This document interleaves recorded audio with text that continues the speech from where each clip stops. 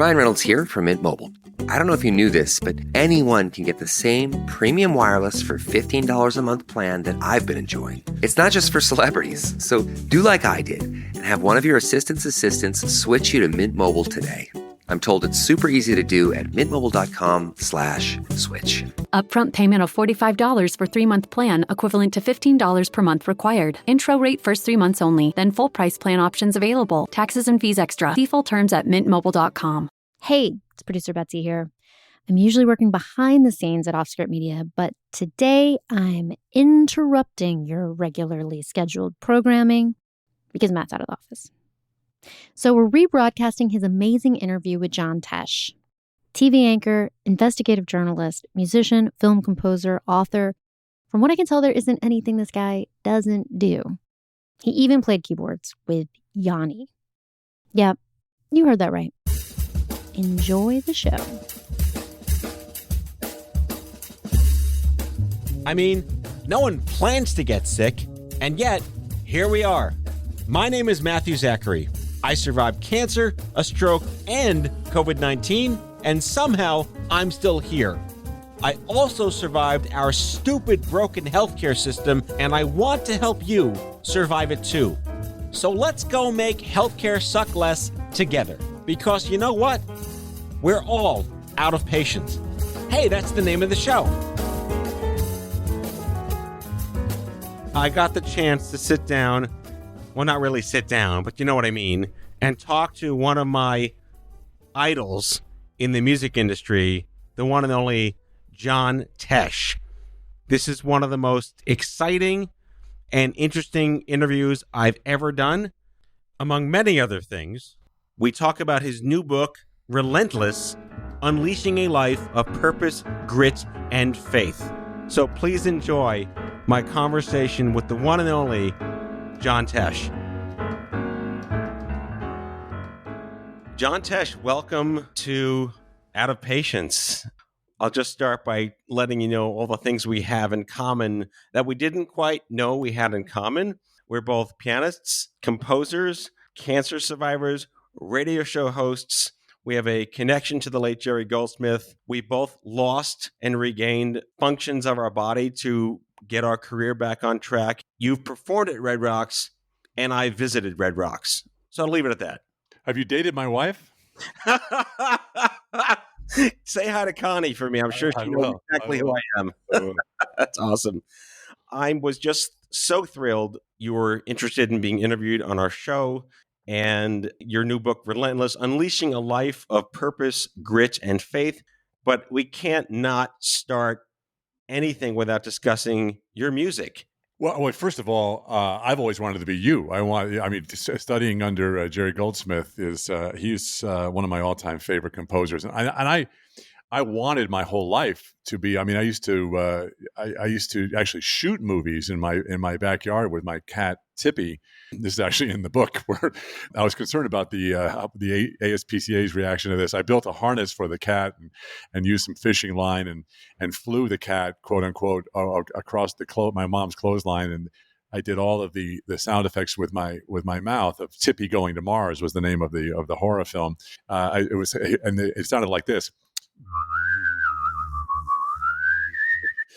I was the original theremin, if you will. By the time I got to Entertainment Tonight, I had really a lot of people think that's where my career started, and I don't blame them because when 23 million people a night see you anchoring the celebrity headlines, that's who you are. But for 15 years before that, I was working in local news. I was working in local news and also working at sports. And when I was at CBS Sports was when music combined with media. But when I was a kid, it really wasn't. Music for me was just a way to get noticed. I think it is for a lot of boys too. But when I was in junior high school, I was 6'6" in junior high. I'm 6'6" now. I weigh 225 pounds right now, but in junior high, I weighed 152. There were no hormones yet at all.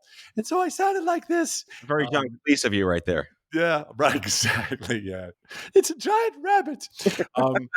Anyway, my mom had strapped me to a piano basically because that's just what she was a taskmaster. And so I learned classical piano as a kid, and a lot of Stravinsky, a lot of mostly Rachmaninoff pieces, and then I realized when the Dave Clark Five came along that you could actually play a keyboard in a band.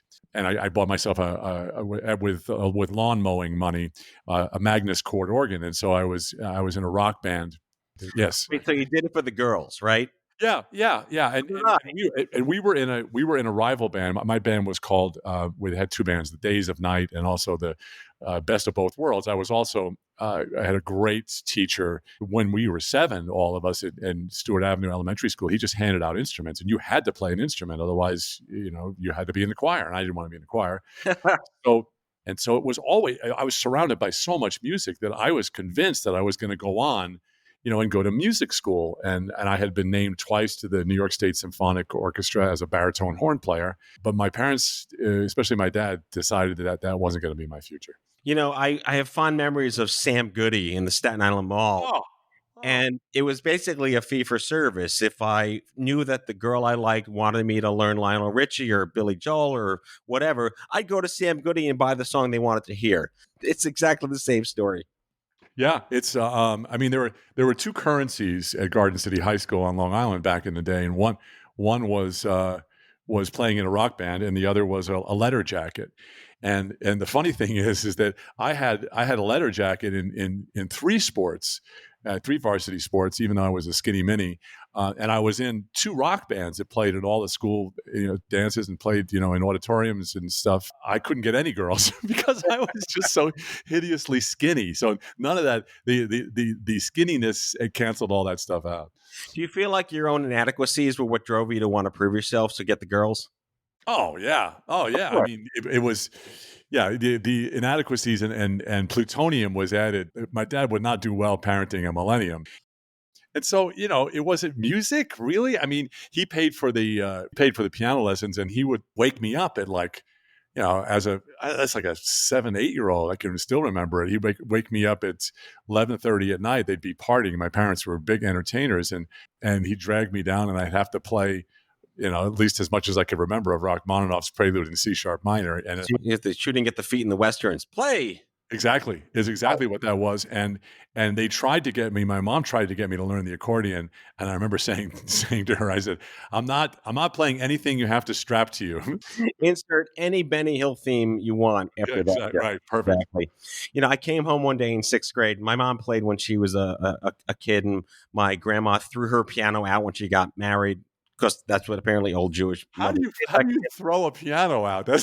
We came back from the honeymoon, and 2 things were missing: my dad's baseball cards and my mom's piano were just gone. Gosh. They moved into this apartment after their honeymoon, so my mom never really got to play. She was a kindergarten teacher in the 80s, and there was a piano in the classroom, so she just kind of started picking it up. And then one day, my dad's like, "I'm going to buy you a little spinet as a gift for the house." And I showed up one day at home after 6th grade, and there's a piano in the house. Wow! And I was like, "All right, where do you put your fingers?"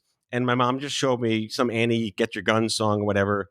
And I just took to it. She's like, "You're getting lessons. I don't care. You're starting here." One of the girls that I knew I'd want to play piano for to impress was already getting lessons from this really strict Juilliard graduate. I had this 180 culture flip into you're only learning classical music. And unlike you, I have sausage fingers and I can't play Rachmaninoff, and I couldn't stretch the 11 keys for Rhapsody in Blue, but I did my best with the sonatas and sonatinas. Then I found Sam Goody and the girls, and I never told my piano teacher, Bertha Mandel, that I was cheating on her with pop music. That's an amazing story. So did you want a Moog? I want to ask you, did you want a Moog? Yeah, I did. I was a huge, this didn't happen until I got into college, but in fact, the odd thing is that I'm actually friends with this guy. I don't even know how that happened, but I was a big Rick Wakeman fan. But Rick Wakeman is the keyboard player for Yes. He was my favorite multi-keyboardist. And so I had to try and get every keyboard that he had. And so when I was in New York, I had a mini Moog and what was known as a multi-Moog. I guess the real measure of a man is how many keyboards did you stack vertically to be a successful musician? Yeah, I mean it was it's like a letter jacket. How many of the things did you have stitched on? You could do that with keyboards. I remember watching Yanni at the Acropolis, and he was surrounded by I don't know how you remember what is what. And then when I got to Binghamton, I went to school there to study music and theater, and they had a MIDI room that looked like, you could sit in the middle like a drum set and just play like 40 keyboards at the same time. And it's like the ultimate like multimedia, multisensory experience. Yeah, I mean, I know Yanni for years. In fact, we actually toured together for 6 or 7 shows, and I know a lot about Yanni. What people don't realize about, just to digress for a second, people don't realize about Yanni is that his image with the flowing black hair and the mustache and his finger up in the air, and sort of directing everybody, and with that smile. What people don't realize, because that's such a big image, is that he's a tremendous keyboard player. And writer. I mean, if you really want the original Yanni, it was written in his basement in Minneapolis. It's called Keys to Imagination, and he really out Vangelis' Vangelis. I mean, Song for Antarctica is one of my staples that I just researched endlessly when I was writing my works in college. I had this vision to be on like the Narada Equinox label. And that was just like one of these aspirations I wanted to have. I never really wrote original piano music until I got sick. But I was writing, again, our common thread with Jerry Goldsmith. I had this aspiration, James Horner, James Newton Howard is a huge composer hero of mine, all these influences out there. And it's funny because now with this crazy COVID crap going on, everyone's rewatching the movie Outbreak with Dustin Hoffman. And that is one of the best soundtracks that Jimmy ever wrote. I scored like 3 films, and I did a cartoon show with Howie Mandel for 5 years called Bobby's World. Yes. But it didn't take long to dawn on me as I was in Los Angeles. There were people, including you, they were far better than me. It is people watch films and are like, I really like that music. I tried to get a record deal with anybody. Back in the days of Entertainment Tonight, I started in 1986, and prior to that, I had written literally hundreds of hours of music for sporting events and themes, including the NBA basketball theme, and so I just thought, well, listen, here I am at Entertainment. The reason I took the Entertainment Tonight job was because it was only 4 hours a day in Los Angeles, and I was coming from New York, and I also realized that this is where they made movies, and this is where they made television shows. Maybe I could do something musically. And so I had all this music from the Tour de France and from all of these other big sporting events that I had written, and I basically applied to be signed to any record label, including A&M and Columbia and Arista, and actually had a conversation with Quincy Jones about this, a couple of years ago. It was very funny, and I got turned down by everybody, and realized that my only way in was to do what I watched Yanni do at Red Rocks. And I went to my wife and said, the only way for me to be taken seriously as a musician is for me to do something huge. She agreed, and we went to PBS, and PBS said, no, thank you. Basically, if you want to chart my whole life, I'm very used to no thank you. I know. It's the best motivator, though. It can be. For some people, it can be an excuse. So how did you get greenlit for Red Rocks? It's a very interesting chapter in the book, actually. Ken Cragen, who now is a friend of mine, I'm very good at cold calling people, especially cancer doctors. I'll just call them right up and say, hey. So anyway, Ken Cragen did We Are the World. He put that together, which was, as you remember, that was massive. And also Hands Across America. Then he wrote a book called Life is a Contact Sport. I'm on vacation. I pick up that book because I love reading books about decoding greatness. I always have. And I read this book, and it was about how he put that together. And his big treatise was that you need to do something big and then following it, and just keep following it up by supporting it and staying in that lane, so to speak, And so I read that, and in the same month, I saw these guys. PBS had just started doing things like, I really think the big start for them with music was the Three Tenors, and then they followed up with Yanni, and I knew the data on these guys. I knew what kind of because I was still trying to sell records at QVC. That was a phenomenon. It was. Talk about an overnight success, right? These guys work their whole lives to do what they do, and same with Yanni. But all of a sudden, Yanni went from selling 100 records a week to gold records all over the place. And so I realized that my path was not going to be a record company. I needed to start my own record company. And listen, I cheated. I mean, I had television money, right? So, my Yes. wife was a famous actress. I was on ET making 7 figures, and we'd been saving money. So when I went to PBS and pitched it, they said, no, we just, you don't have a history.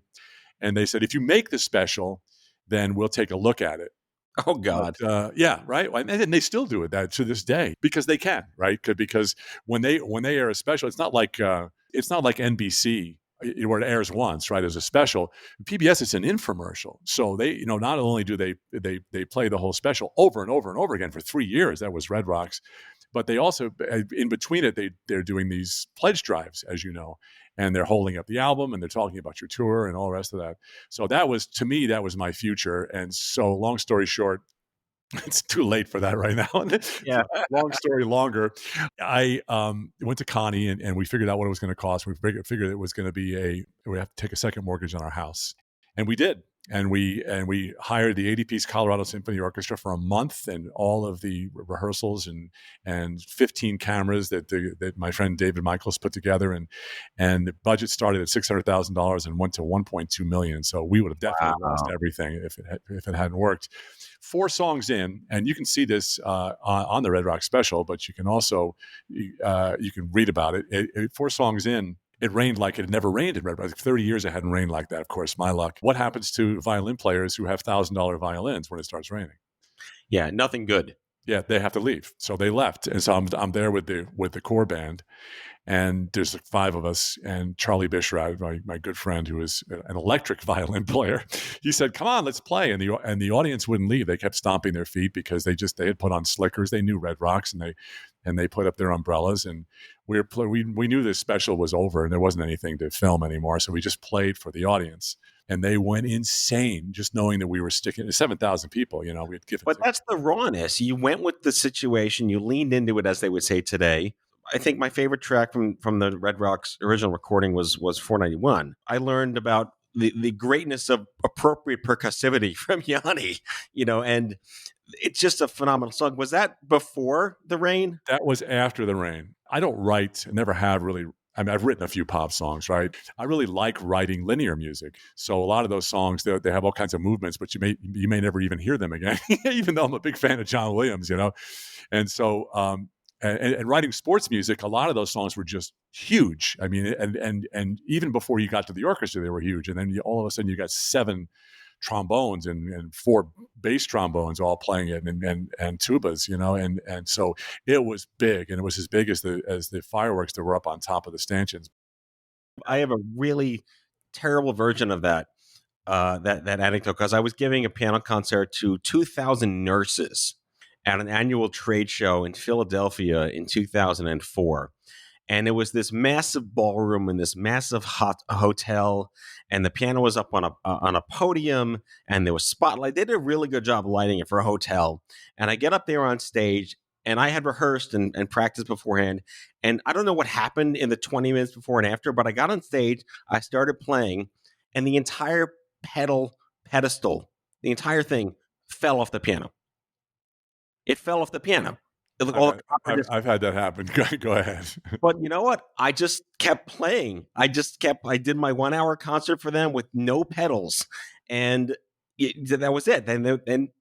Not everyone's a musician, you kind of play for the crowds, but I just did it. You lean in, you do it. And that was one of the most human experiences I had, fumbling for air while trying to maintain, just something really special. So, yeah. You should follow us around on tour. That stuff happens like every other show. It's like the microphones fall into the piano, and people fall off. We've had violin players fall off stages. But the wild thing though is, that long story of playing in the rain is that 20-minute segment. Every time it was played on people, and it was that 20-minute segment was part of an hour and a half full show. Mm-hmm. That was a self-contained segment, and at the end of that segment, they pledge, for this you can get the album, for this you can get the DVD, and you can get tickets to the concert. And that segment, even to this day, it raises the most money because it's the most compelling. You purchase the 80-piece Colorado Symphony Orchestra, and then it's 4 or 5 guys playing in the rain, and that's what gets people. Yeah, that's where the meat and potato hits.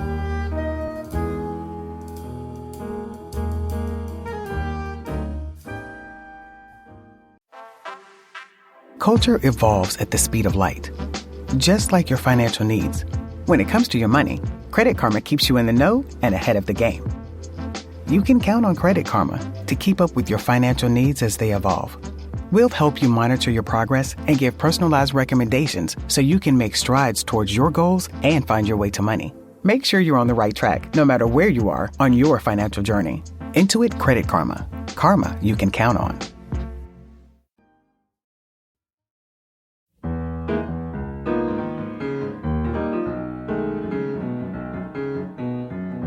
I want to get to your book again, Relentless: Unleashing a Life of Purpose, Grit, and Faith. We do have the cancer story. You have I actually lost the use of my left hand for a year and a half, and I had to stop playing, which is why I did not get to formally study with Jerry Goldsmith at USC. You lost your voice and had to go through tremendous challenges to get that back. The book called Relentless, one of my favorite words in the world is perseverance, and not because it has lots of syllables, but a lot of people have to self-define that, whether it is hearing no a million times and just keeping on figuring out that you want to get this done. I know we both love 7 Habits, the book. Where does this factor into you just got to keep going?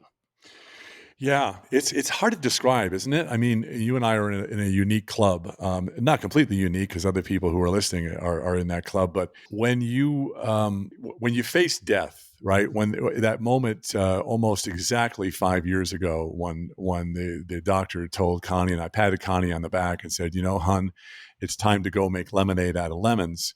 That, I actually dealt with. Everybody thinks that it was like, oh, John, he battled through it and won the battle and everything.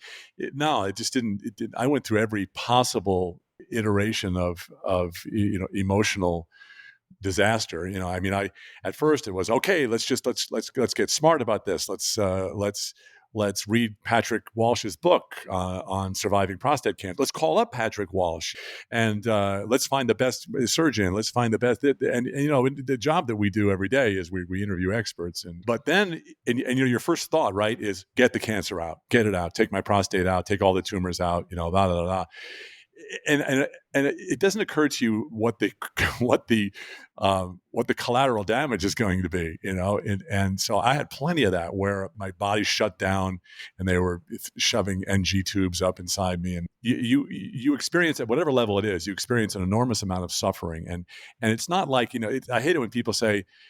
Somebody says, "Oh, I've got back pain. Oh, you should try this," or it's probably you're that. You don't know, right? And it's the same thing with chemo, where it's everybody reacts differently to this stuff, and I did not react well to it. I wanted to kill myself, and I talked about killing myself. I talked about taking kettlebells, those Russian exercise things, and weights, and strapping them to my ankles and jumping in the pool because I like the water. Once I read.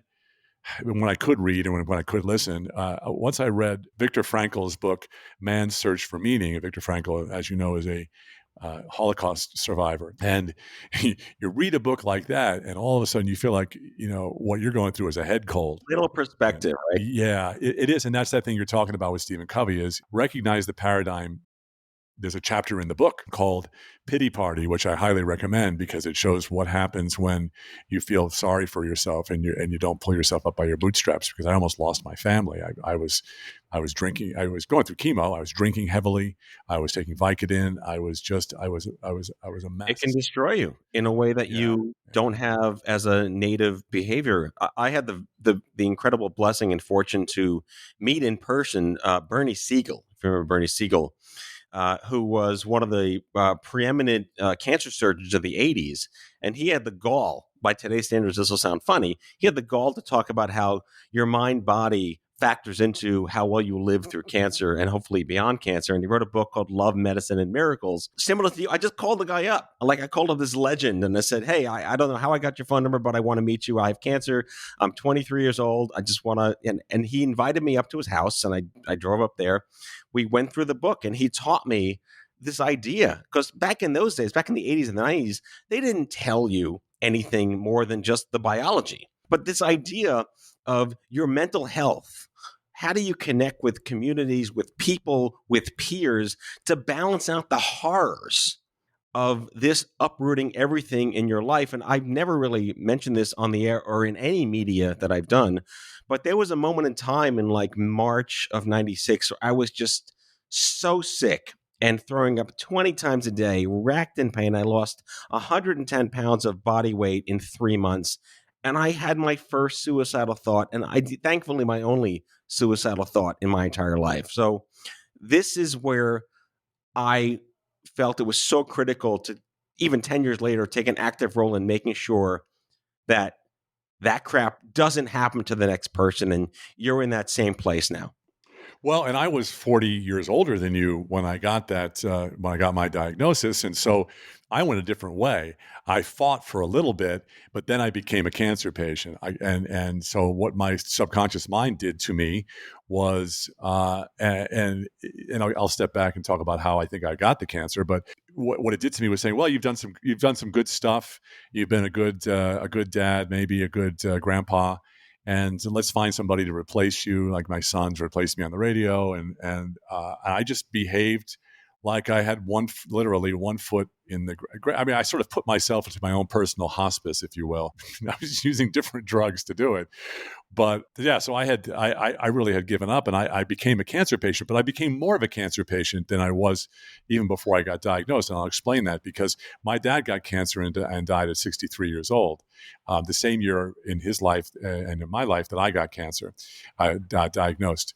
And so I just want to live one day longer than my dad. And once I started studying, 3 years after we'd been going through treatments for my cancer, I came upon something called divine healing, which is basically certain scriptures in the Bible that are the promise of healing that a lot of churches do not teach. Some do, most don't.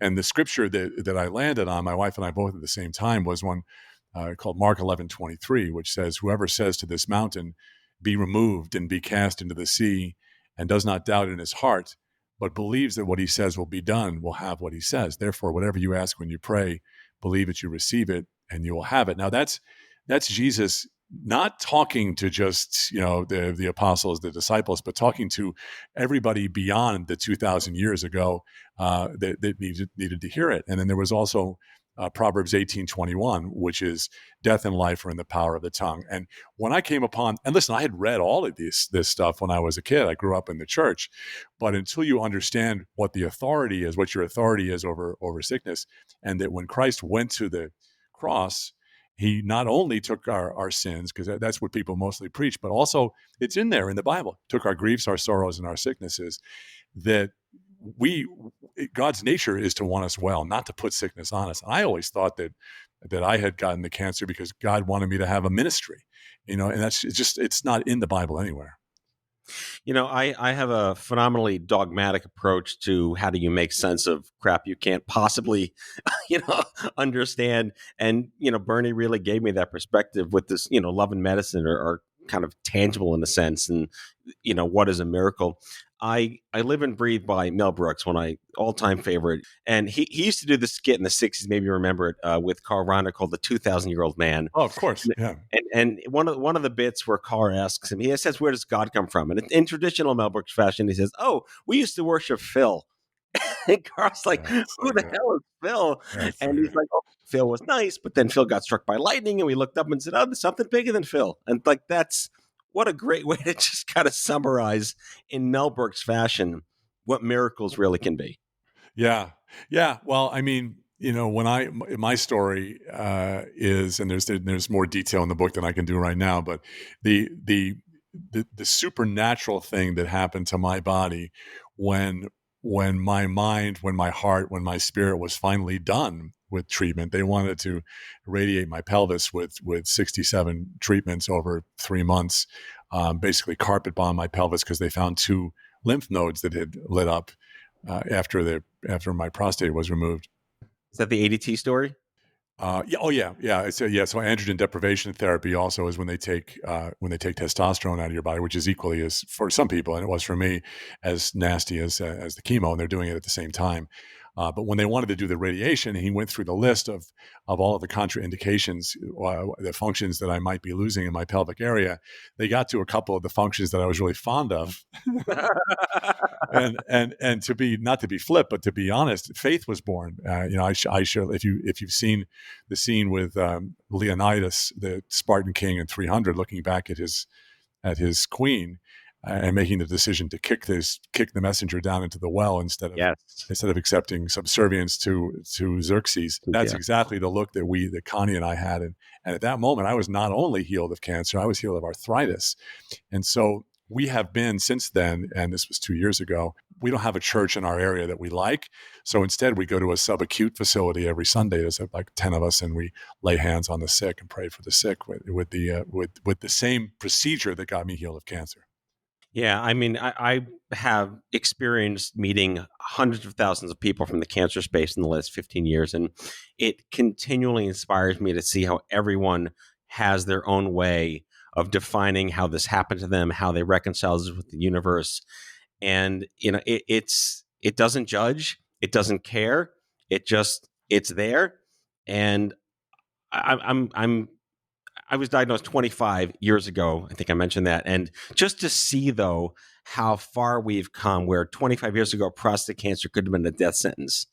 And here you are, even 5 years ago. And congrats on 5 years. That's like a nice little cancerversary milestone, by the way, is how the humanity of dealing with all the crap can really, the community is there. And it wasn't there for me. It wasn't there for millions of people, but it is there today. And the fact that you have been very open about this, wrote this book about this, it's going to help other people in a way that I probably could not have been helped 25 years ago. Oh, yeah. Yeah.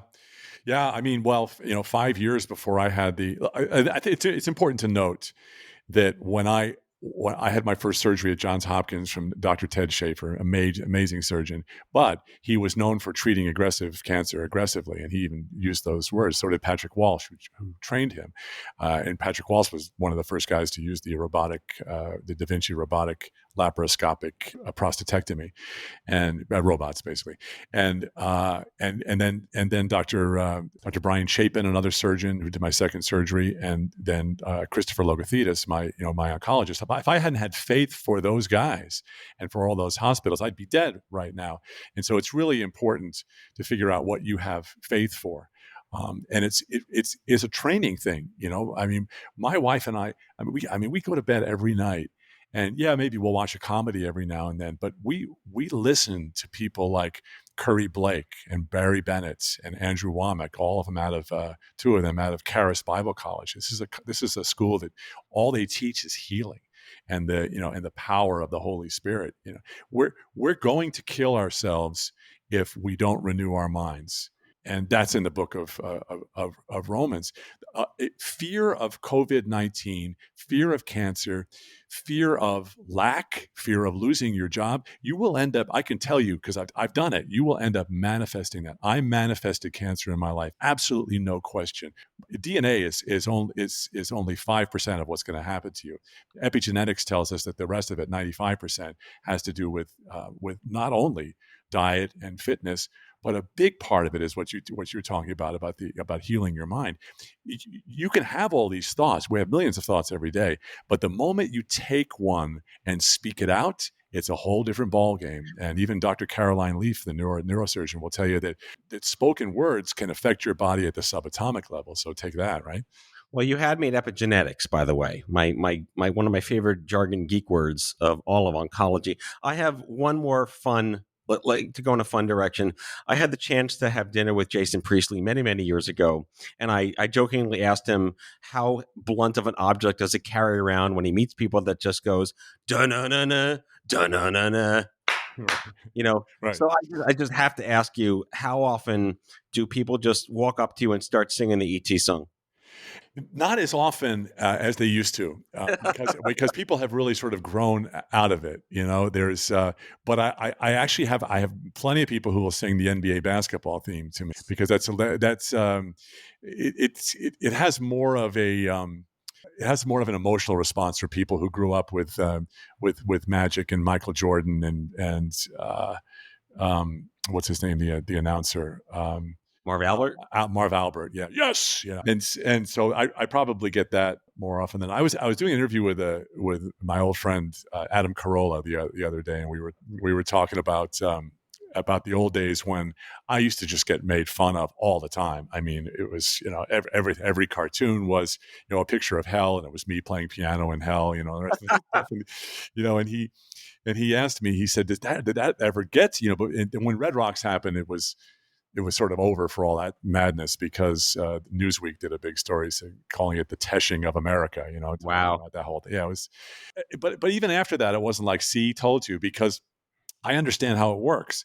And I think the reason I understand and I understood how it works is that I was in the media business, sitting on a preeminent entertainment news desk for 10 years, covering everybody and watching everybody go through and interviewing everybody. You can see the people who don't take themselves too seriously, and you start to much prefer their attitude to the people who just don't want you to touch them with anything less than what they think of themselves. Yeah, haters gonna hate. That's just never ending. But the fact that all that happened in the '80s before social media, definitely different dynamic with the public. Yeah, I mean Twitter's got to be of Satan, right? Just try to stay away from that thing. But it's I didn't want to write a book. I didn't think about writing a book. It's not that I didn't want to. I like reading books, but when HarperCollins came to me after hearing the story about the divine healing approach that Connie and I took to the end of my journey, they said, "Would you be interested in writing a book?" And I said, I don't know, not just about cancer. And they said, "Well, make us an outline of your life and I'm not sure how much you journal, but I highly recommend it." And I really didn't until I decided to write this book, and it was supposed to be done in 6 months, and 2.5 years later, I finished it.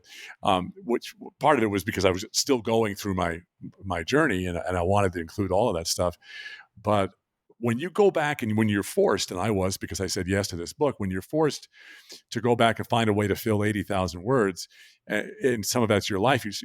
I went back and I looked at when I was 19 and a half years old, I'm in a tent because I got thrown out of school for forging a professor's name to a drop ad card. And then my father, who was shamed by my decision, he threw me out of the house, and I ended up in a park breaking concrete with a shovel in a construction crew. And then 3 years later, I'm anchoring the news in New York City at WCBS TV at 23 years old as the youngest correspondent in the history of CBS. And to my left is John Stossel, to my right is Meredith Vieira, in front of me is Bill O'Reilly and Brian Williams.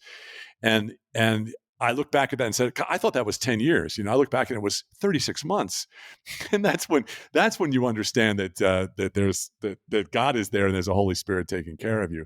And so connecting the dots is really a great exercise, no matter how you do it, whether it's journaling or writing a book. Yogi Berra, who's the Sherpa of life, of course, once said that, if life were easy, everyone would do it. Going back to perseverance and pushing forward and finding a way to make sense of everything that works for you and inspiring other people out there. It's Passover tonight, and it's all about, with the plague passing over our houses out there. Man. And April being the month with the most religious holidays and the most spirituality around the world, it's really appreciating everything that we have and how we're trying to, I say, make it suck a little less for everyone else by learning what we've gone through. Yeah, but the other thing you have to remember, though, is since the fall, when the snake got involved with Adam and Eve, that was, that everything changed then. That was a long time ago. But since that time, we have, as human beings, been faced with suffering. And I didn't always embrace suffering. And when I read Viktor Frankl's memoir, I started to understand it, listening to some Jordan Peterson stuff. But most profoundly, when years ago I read M. Scott Peck's book, The Road Less Traveled, and the first sentence is, "Life is difficult, period." And then a new paragraph. And it's like, until you can understand that, get the revelation of it, and then work on transcending it, you'll never have a full life. And it's just so true. And until somebody does the tablecloth trick where they pull your life out and there's some stuff standing and some's not, and I'm talking about your cancer diagnosis, you don't really understand what suffering is. And I think if people could really, if there's some way you could get to where you and I are without having to go through what you went through, if you can get to that revelation, you save yourself so much pain. And then the other thing to realize, and you know this, and I'll leave you with this, is one of my all-time favorite quotes it came upon me after I wrote the book, so it's not in the book, but it's such a great quote. It's from Thomas Edison. It is this: most people miss an opportunity because it's dressed in overalls and it looks like work. Anything you want to do, and that means whether you want your own Red Rock special, or you want to get out of a tent and get busy, or you want to meet the woman of your dreams, or you want to beat cancer, it's a lot of work. It's dressed in overalls and it's a lot of work, and sometimes it takes training. John Tesh, thank you so much for an incredible interview. Your new book, Relentless, Unleashing a Life of Purpose, Grit, and Faith. The man, the myth, the legend, John Tesh. Thank you. My pleasure.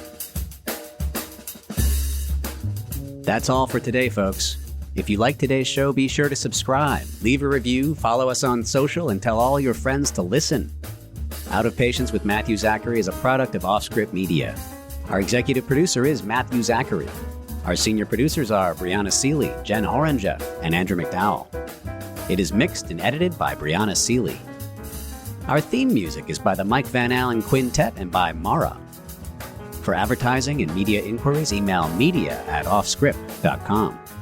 Hit us up at contact@offscript.com to share comments, feedback, and make recommendations.